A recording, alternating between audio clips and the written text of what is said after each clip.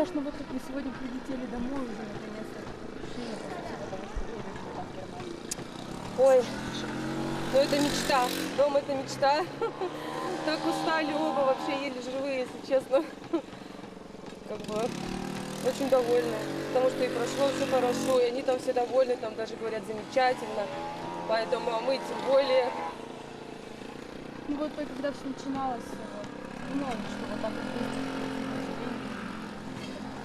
Ну да, как бы нет, конечно, не думала, иначе бы полетели раньше.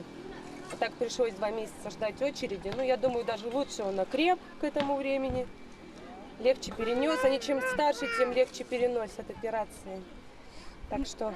Ну вот на данный момент, что вот вы еще боитесь, когда в Германию еще раз повторно, что вас еще ожидает? Ну, у нас вообще операция такая, не такая, что сделал и забыл. То есть наблюдаться надо постоянно всю жизнь, и как бы принимать препараты. Но если все это делать, и как бы, то можно жить как обычные люди. Это самое главное. Ну все-таки вот деньги собирали все республики, вот, слава богу. Даже всей России, можно сказать, пробор касс. С работы мужа собрали большую сумму, 1,5 миллиона рублей. То есть там со всех филиалов. Сумочка, повернись к дяде. Вот, поэтому огромное спасибо всем этим работягам. То есть скидывались, звонили. Ну, не ожидала я, когда писала в Москву. Ну и, конечно, вся республика. Ухта, Усинск, Сыктывкар.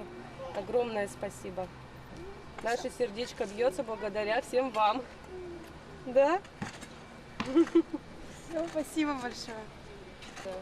Там лето тоже не было. Ну там как-то там что-то вроде Питера. Ветра вот эти сумасшедшие, трудом вообще. Симочка, Рома, иди сюда, он на тебя смотрит. Он бы тут сейчас, конечно, разулыбался, но он еле живой. Сим, перелет тяжело же. Не хочет, просто не хочет. Сима, там, собственно. Все уже серьезно сразу. Да, все от меня. Все, да. Ага. Потом мне с тобой созвониться. И в каком, получается, когда вы поедете в Германию? Ну, в октябре. В начале, в середине, там, когда там неизвестно.